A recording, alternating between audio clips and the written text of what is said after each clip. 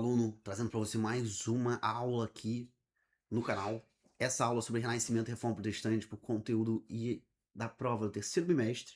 Alunos aí de primeiro ano, vamos lá. Renascimento e Reforma Protestante, a gente está entrando na Idade Moderna, é um período de transição. Isso é muito trabalhado em questões por quê? Porque você entender continuidades e rupturas. Continuidade é aquilo que continuou, aquilo que permaneceu desde a era antes da Era Moderna, onde se encontra o Renascimento, e ruptura, aquilo que rompeu, aquilo que não continuou, o que ficou para trás. O que veio antes da Era Moderna, antes do período em que se encontra o Renascimento? Nós vamos ter a Idade Média. E quem vai criar esse nomezinho Idade Média são os próprios humanistas. Humanistas são intelectuais, filósofos, pensadores que estão lá dentro do Renascimento. Essa galera com um olhar meio preconceituoso olha para a Idade Média e fala: isso aí é uma época de trevas, uma época de desconhecimento, eram inimigos da racionalidade. Um olhar meio preconceituoso e muito questionado. E aí eles vão dar o nome dessa era que veio antes do Renascimento de Idade Média. E por que Idade Média? Fazendo uma alusão, como se esse período estivesse entre eles, Idade Moderna, e a Idade Antiga, ou Antiguidade. Então aquilo que está no meio entre a Antiguidade e a Idade Moderna, vamos chamar de Idade Média. Média de meio, de metade, meio. Então eles consideram esse período Idade Média. E eles chamam esse comecinho da Idade Moderna de Renascimento.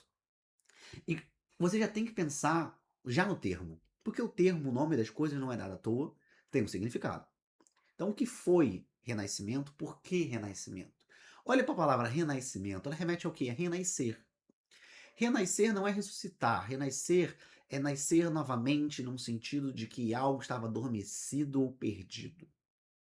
Então não é ressuscitação, é renascer. E quando renasce, renasce com um outro aspecto, mas ainda com elementos do passado. Então, esse renascimento ele significa uma valorização da cultura greco-romana da Antiguidade Clássica. Greco-romana, Grécia e Roma, Antiguidade Clássica, lá na Antiguidade Grega. Na Era Clássica, na Era Antiga. Vai se valorizar muitos aspectos daquela arte, da filosofia daquele período, do estilo artístico. Já vamos chegar aí nesse ponto. O Renascimento ele dependeu muito de um evento importante, que a gente chama de renascimento cultural, renascimento comercial e urbano. Esse evento acontece a partir do final da Idade Média, que a gente demarca ali o período das Cruzadas, em que por conta das Cruzadas, os europeus lá do ocidente da Europa se reconectam com o Oriente. Essa conexão Ocidente-Oriente europeu foi perdido por conta da queda do Império Romano, que conectava esses dois lados do mundo conhecido, do mundo que se conhecia, que se relacionava, o mundo do Mediterrâneo. Agora, com as cruzadas, eles estão se reconectando e essa reconexão veio também uma conexão de filosofias, acesso a redes comerciais e ao crescimento das cidades com o comércio. E aí começa uma revolução na Europa, uma grande mudança, e cai-se o sistema feudal, as cidades vão crescendo, a sociedade se torna mais urbanizada, a classe dos comerciantes, os burgueses, começa a ganhar muito prestígio, muito destaque, porque essa era a classe dos comerciantes, dos bancários, pessoas de que essa nova era dependia muito. É uma era de comércio marítimo, uma era de comércio a longas distâncias, ou seja, o burguês, que é o comerciante, vai ser o cara em destaque na sociedade. Uma sociedade que antes era muito ligada pelo sangue. A sua posição na sociedade estava ligado a quem era seu pai e quem era sua mãe, ou o seu sobrenome. Agora, não mais. A sociedade moderna vai deixar de ser marcada por esse sistema e isso começa a mudar, mas não é de cara. Então a gente não considera aí uma ruptura. Essa sociedade de classes hierarquizada, né, existem níveis, se mantém. E isso é uma das coisas que vai ser uma continuidade da Idade Média. Outra continuidade quando nós vamos ter da Idade Média é o cristianismo. A sociedade mudou a forma de pensar, mudou a forma de pensar a fé e valorizar mais o homem do que em sua arte, mais o aspecto humano do que o aspecto religioso, o antropocentrismo pelo teocentrismo, né? Inverso, teocentrismo pelo antropocentrismo. Mas não deixa a fé de lado. A gente vai ver muita arte renascentista com aspectos religiosos, com elementos religiosos. E aí vamos lá, vamos entender um pouco melhor o Renascimento. O Renascimento ele olha para o passado, para a arte clássica, a arte greco-romana, e era uma arte que trabalhava-se muito as curvas, a proporção. O que que é a proporção? É o tamanho das partes de um corpo. Não sei se você já desenhou um bonequinho e ele ficou esquisito, porque às vezes o braço era maior que o outro, ou a perna era muito grande em relação ao corpo, o tronco, então ele ficou meio curtinho e fica aquele personagem esquisitinho. O olho é grande demais, ou pequeno demais, ou o nariz é muito grande, então ele tem essas. Ele fica desproporcional. A gente vai usar esse termo, né? Aí, o pessoal lá da antiguidade, na Grécia clássica, trabalhava muito proporção, tinha muita preocupação com o tamanho das partes do corpo. E no Renascimento eles vão voltar a dar atenção a isso, porque na Idade Média isso não era uma grande preocupação da arte. Então a arte às vezes era meio desproporcional. Porque a finalidade da arte na Idade Média, principalmente, mas não totalmente, era religiosa. Estou falando de Europa Ocidental. Quando a gente está falando de Idade Média, a gente está falando aqui, Europa Ocidental, tá? Esquece por enquanto que existiam outras coisas, outros pedaços do mundo, tá? Então quando a gente fala da Idade Média, a gente está falando da Idade Média Ocidental, é mais o lado ali de Inglaterra, França, é mais foco ali, cara. Agora, esquece o restante do mundo. Pensa em China, não. Aí já é outro movimento que tá acontecendo na China. Mas a gente tá falando desse pedaço do mundo, e a gente tá falando que esse pedaço do mundo voltou a olhar pra Grécia Antiga. Principalmente Inglaterra e França. E Itália também. Itália vai ser o pioneiro do Renascimento, principalmente porque é a sede de Roma, era ali, né? O Império Romano começou ali, a Grécia logo ao lado. Vamos lá. Fugindo aqui. Características principais do Renascimento. Valorizava muito o ser humano em sua forma perfeita, os delineamentos, uso de sombras e de luz para fazer contraste, tridimensionalidade. Você consegue perceber que o personagem ele tem 3 dimensões. Ele não é um personagem 2D como um desenho animado, como o Pica-Pau. Você consegue ver que há um fundo. Você consegue ver que há algo por trás. Você vê também uma questão de proporção. Então você vê um personagem e ao fundo há um personagem menor, mas você consegue ver que ele não é uma criança, esse personagem menor. Ele é, na verdade, alguém em uma posição distante, por isso que ele está menor. E há esse trabalho, essa preocupação com esses elementos na arte renascentista que não tinha na Idade Média. Como a arte na Idade Média era uma arte muito voltada para ensinamento religioso, era a arte das grandes igrejas e catedrais, era uma arte para representar elementos cristãos, personalidades, momentos da história cristã e da história dos hebreus no Antigo Testamento. Essa arte não tinha uma preocupação em estar 100% perfeita. Porque o foco não era o homem, o foco era a mensagem, eram os elementos religiosos. Era Deus, era um anjo, era um santo, mas não o homem em si. Agora, no Renascimento, vão pegar aspectos da arte de Grécia e Roma Antiga. Trabalhar a perspectiva, trabalhar o realismo. O ser humano passa a ser o centro, a gente chama isso de antropocentrismo, em oposição ao teocentrismo, que é quando você tem o teológico, aquilo que é religioso, no centro, o centrismo centro. Isso é aspecto da Idade Média. E nesse período também vamos ter uma grande invenção. Um carinha chamado Gutenberg cria a prensa, com tipos móveis, que eu chamo de imprensa, porque é praticamente a imprensa. A prensa com tipos móveis, ela é literalmente uma prensa. O que a prensa faz? Ela prensa, esmaga. Tipos móveis eram o quê? Letras móveis, como se fossem carimbos. Antes da invenção desse cara, eu vou chegar aqui já, para você ter um acesso a um livro, você ter um livro, ele era caro. Porque não existia máquina de copiar. Não existia fotocópia, não existia xerox, impressão. Logo, para você ter acesso a um livro, ele tinha que ser sido copiado por alguém num livro anterior, num documento anterior. Então se pegava aqueles textos e alguém ia ficar copiando com aquela caneta tinteiro, molhando a canetinha, escrevia, molhava a canetinha, escrevia, por horas e dias e meses. E os livros eram tomos enormes, caríssimos, porque eram feitos por monges que ficavam no monastério trabalhando aquilo. Muitos textos religiosos mantinham a língua oficial da Igreja Católica, que, por ter sido uma igreja que vai ganhar grande destaque na época do Império Romano, ela adotou o latim como língua oficial, portanto os textos religiosos estavam em latim, a Bíblia era somente em latim, não havia tradução para línguas locais. E Então, até mesmo acessar a Bíblia era algo complexo, porque você pensa que nem todo mundo falava latim, a maior parte da população nesse período era analfabeta. E os livros eram caros, a Bíblia, portanto, caríssima. Poucos tinham acesso, eram mais os nobres, que aí poderiam ter um professor particular para ensinar, os membros da igreja, o clero, que tinha suas aulas de latim, tinha estudo bíblico. Mas nós vamos ter um episódio chamado Reforma Protestante, e um dos elementos da Reforma Protestante é a ideia de que todos deveriam ter acesso à palavra de Deus, que ela era para todo mundo. A máxima é ir e pregar o evangelho, mas como eu vou pregar sem a palavra e sem dar a palavra para a pessoa poder ler, conhecer a Bíblia? E se ela não sabe aquele idioma, por que não no idioma dela? E aí o movimento protestante traz outras ideias.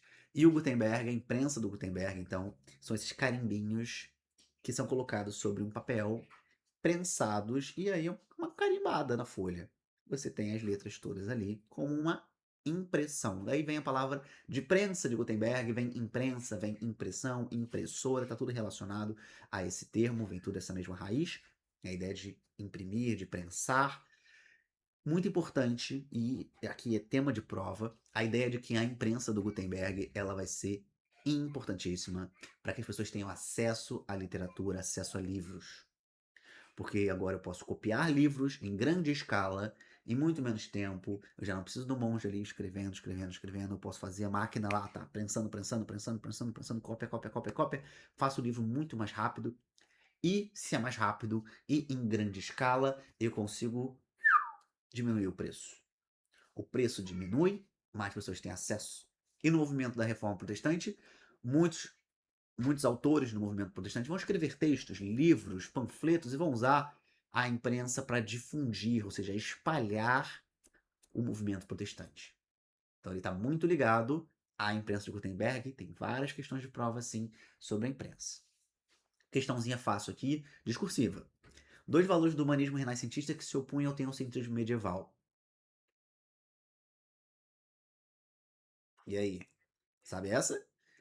Dois valores do humanismo. Humanismo renascentista, humanismo, a ideia, eu chamava de humanistas intelectuais de renascimento, humanista então era esse intelectual, o humanismo era essa filosofia de valorização do ser humano, oposição ao teocentrismo medieval.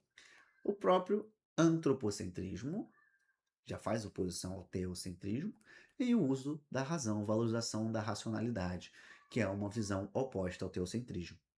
Letra B. Explica o papel do mecenato no desenvolvimento de artes plásticas e arquitetura durante o Renascimento italiano. Mecenato. Se você parar para pensar, um artista dificilmente ele consegue viver da própria arte. Quando você vê um filme, vê um teatro, vê uma peça, vê um evento cultural, você vê no panfletinho ou antes do filme sempre uma parte escrita assim, patrocínio. Até um filme mesmo você vê, né? Antes de começar o filme aparece o nome, nome de um monte de empresa. Aí tu fica, pô, banco, empresa. Por que isso? Porque são os patrocinadores. Então a cultura ela é muito financiada por entidades ou pessoas que a patrocinam. Bem, se hoje ainda temos isso, no passado também havia. E no Renascimento, como muitos artistas vão estar trabalhando e vivendo da sua arte, eles vão ser contratados por famílias ricas ou pela própria Igreja Católica ou até mesmo por burgueses e nobres, famílias ricas, burgueses e nobres, para fazer arte. Essa pessoa que patrocina, que vai contratar o artista e manter o artista, comprar o material, dar o dinheiro para ele viver, ter os seus luxos, se chama mecenas. E quem pratica quem é mecenas está praticando algo chamado mecenato, que praticamente é isso, patrocinar artistas, arquitetos durante o Renascimento. Muito tranquilo de entender. Elemento também que cai muito em prova, né? O que foi mecenato, o que era mecenas. E aqui eu trouxe duas imagens que fazem bem oposição aqui, trazem um contraste, para você entender um pouquinho melhor dessa arte medieval para essa arte do Renascimento. Observa aqui, essa imagem que nós temos aqui, uma mulher com um homem no colo, e a outra você tem uma mulher com um menino no colo. Nessa imagem em que é uma escultura, é uma escultura de mármore, ela se chama A Pietà, né, a piedosa, representando Maria com Jesus que tinha sido retirado da cruz. Então você tem Jesus ali quase já morto, né? Jesus morto aqui. E olha só, perceba a perfeição dessa imagem. realmente parece uma mulher, realmente parece um corpo humano ali em cima dela. Observa o detalhe dos músculos da barriga de Jesus, os gominhos ali da barriga, as marquinhas. Olha a roupa dela, parece realmente um tecido, parece que é algo mole, mas isso é mármore, é uma pedra. Observa ali como polido é o corpo, ele não é poroso, não é uma pedra porosa. Há um detalhismo, há um contraste de elementos, há um trabalho em 3 dimensões, há um trabalho de perspectiva. Perceba que o tamanho da perna vai ser maior que o braço, mas o braço não está passando da cintura, senão ia ficar esquisito parecendo um ETzinho. A cabeça faz sentido em relação ao corpo, isso é proporção. Agora, olha aqui para o lado direito, nós temos a imagem, no caso é a minha direita, nós temos a imagem novamente de Maria com Jesus. E essa é uma imagem medieval. E olha a diferença. Olha o rosto de Maria, é muito estranhozinho. Não há uma profundidade nesses olhos. O queixo está misturado ao pescoço. O menino Jesus ele é muito grande. Era para ser um bebê, mas tá parecendo um menino. Tá vendo? É bem esquisitinho. A mão de Maria tá muito grandona. A mão de baixo também. Os dedos muito compridos. Não há uma preocupação com uma perfeição, com o ser mais próximo da realidade. O pessoal do Renascimento, os artistas já estão preocupados com isso, com essa coisa de proporção, de perfeição. E eles começaram a estudar matemática para entender cálculos matemáticos, realizar cálculos matemáticos para fazer uma proporção perfeita das suas obras. Calculava mesmo se a perna estava com o tamanho certo em relação ao braço. Ele estudava anatomia, que era algo até meio mal visto, você estudar o corpo de um morto, encostar no morto, era um absurdo na época. Mas os artistas e cientistas iam. Pegavam um corpo no cemitério ali de noite, escondido, e abria o corpo para ver como que era por dentro, para poder fazer o corpo perfeito nos seus desenhos, nas suas artes. Uma grande preocupação com a perfeição. E aí a gente chega na Reforma Protestante.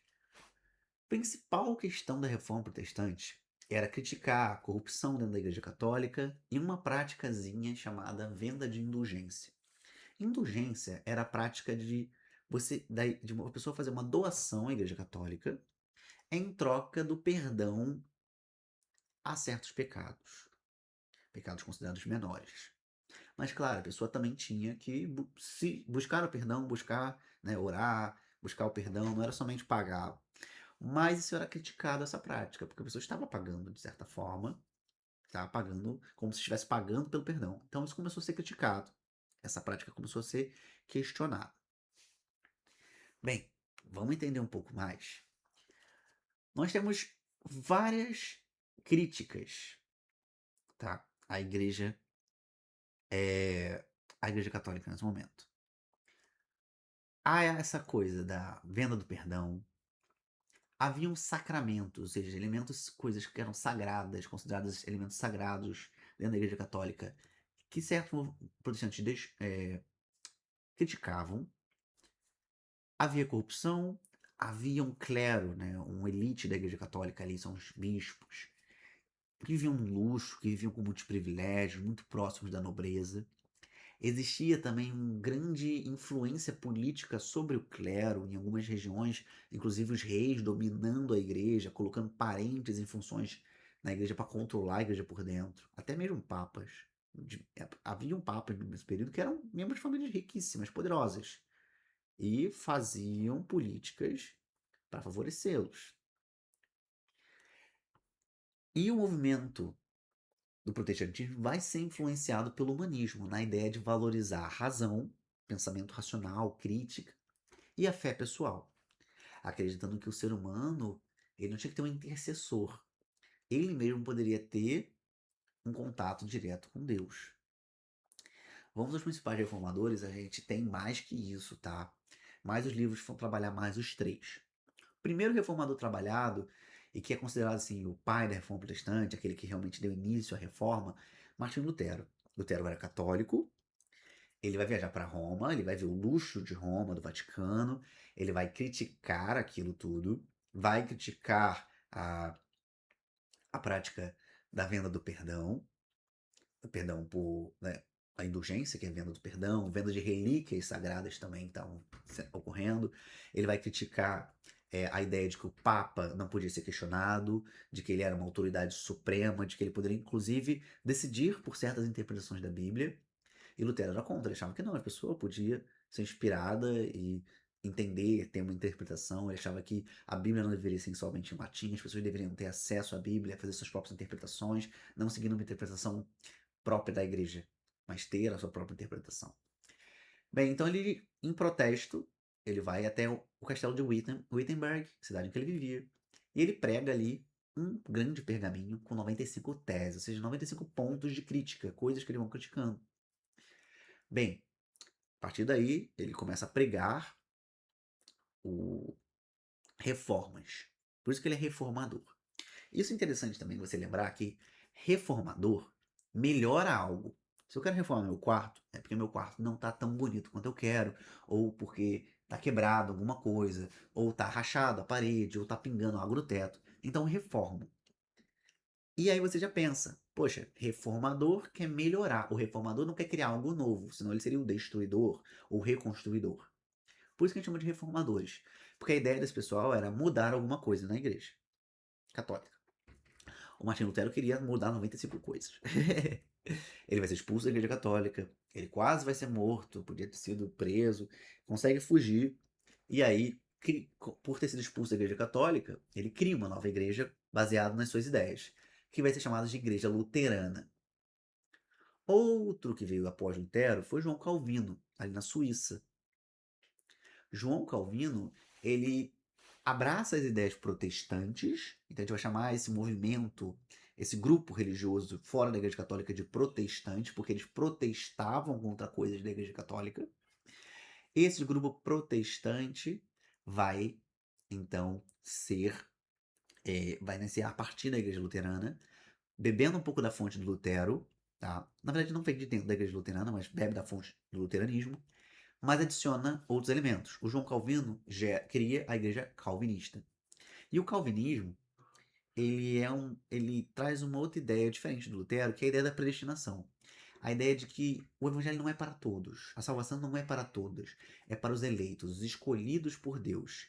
Ou seja, nós somos predestinados, temos um destino pré-definido quanto a sermos ricos, sermos pobres, sermos bem-sucedidos ou mal é, bem-sucedidos ou mal-sucedidos.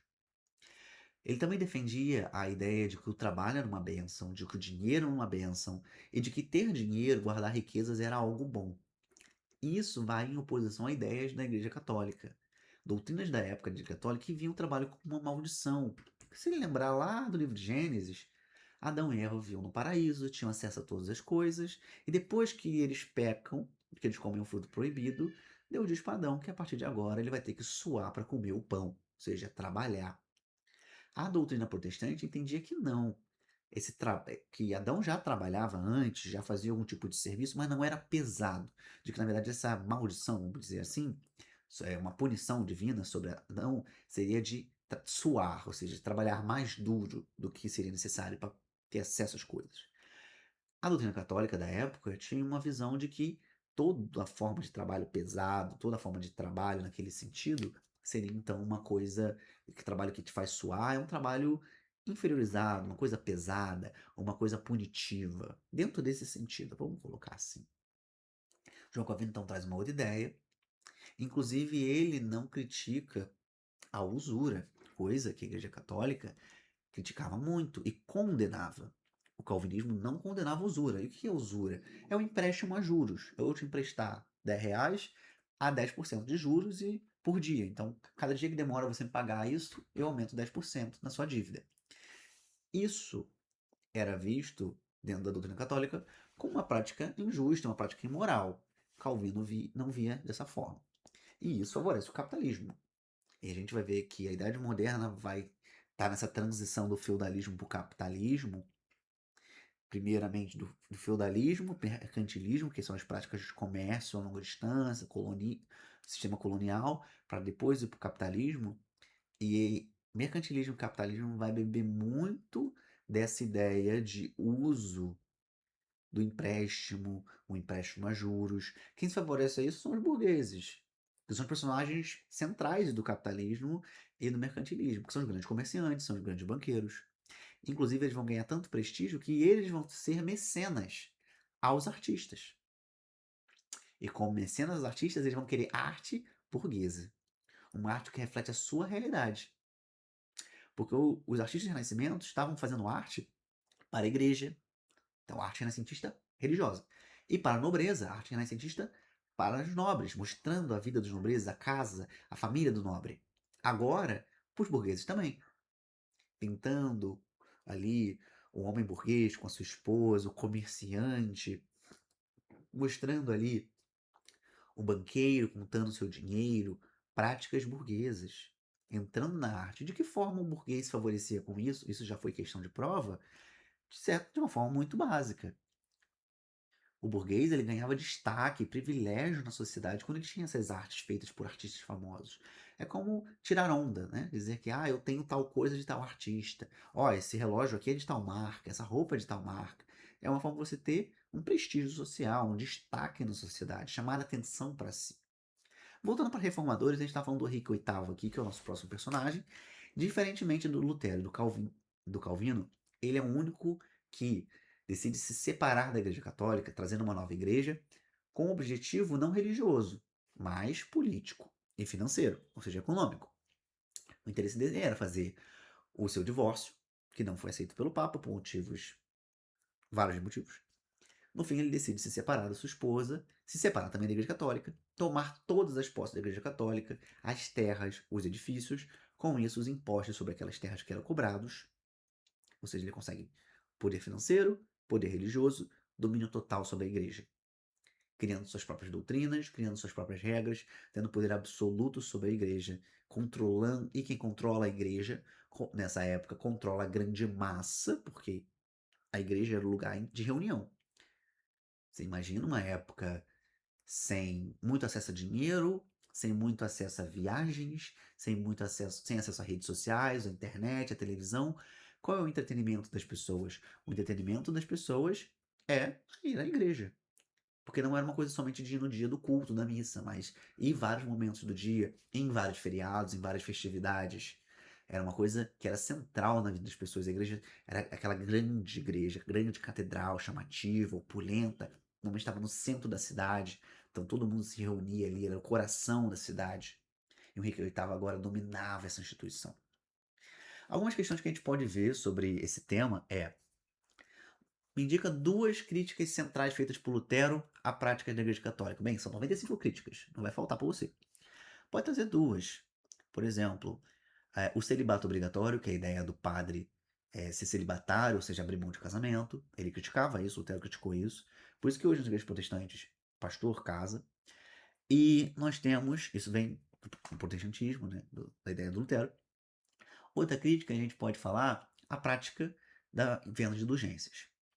Relaciona a difusão das ideias protestantes com a invenção da prensa de Gutenberg e tradução da Bíblia, isso eu já falei.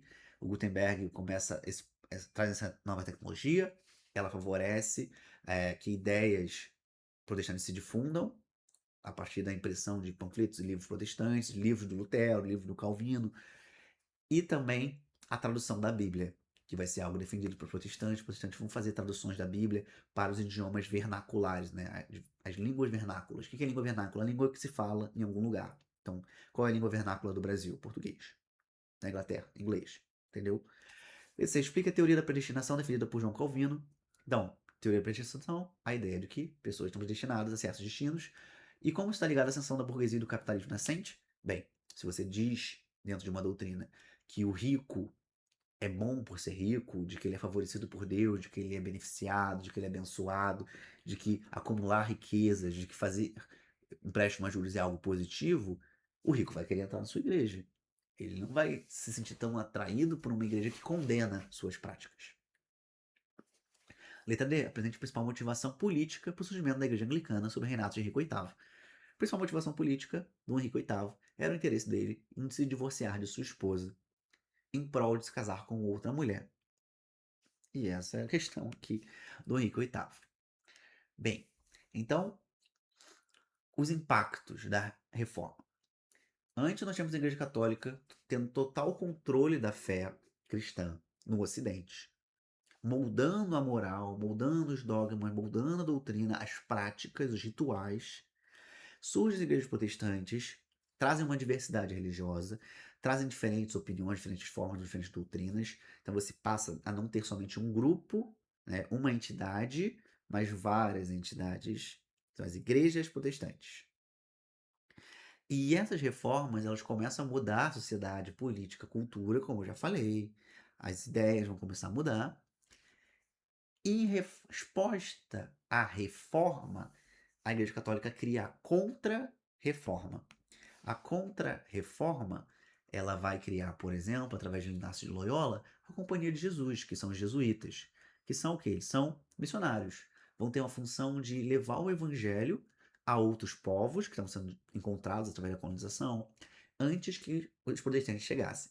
Então era um movimento missionário. Outro elemento que a gente vai ter na Contra-Reforma é a defesa de algumas práticas e fim de outras. Inclusive, a partir daí, a parte da missa, né, vai ser feita em língua vernácula, vão fazer. Vai manter o celibato, vai começar a combater a venda de indulgências, a venda de relíquias. Algumas coisas vão mudando, beleza? Então é isso. É muito tranquilo de entender, é um conteúdo bem tranquilo. E como que a gente entende isso? Período de renascimento, período de valorização do ser humano da cultura clássica, surgem várias críticas à igrejas à igreja católica que vão gerar novas religiões, então gera-se uma diversidade, mas também gera guerra. Perseguições religiosas praticadas pela igreja católica, mas também pelas igrejas protestantes aos católicos ou a outros grupos protestantes. Porque dentro desses 3 grupos protestantes vão surgir outros grupos, considerados também às vezes heréticos e sendo perseguidos. Então a gente vai ter um movimento aí, um rebuliço na Europa, tá? Então vai mudar muita coisa na Europa, o pensamento europeu, a arte, a cultura, a filosofia, as ciências.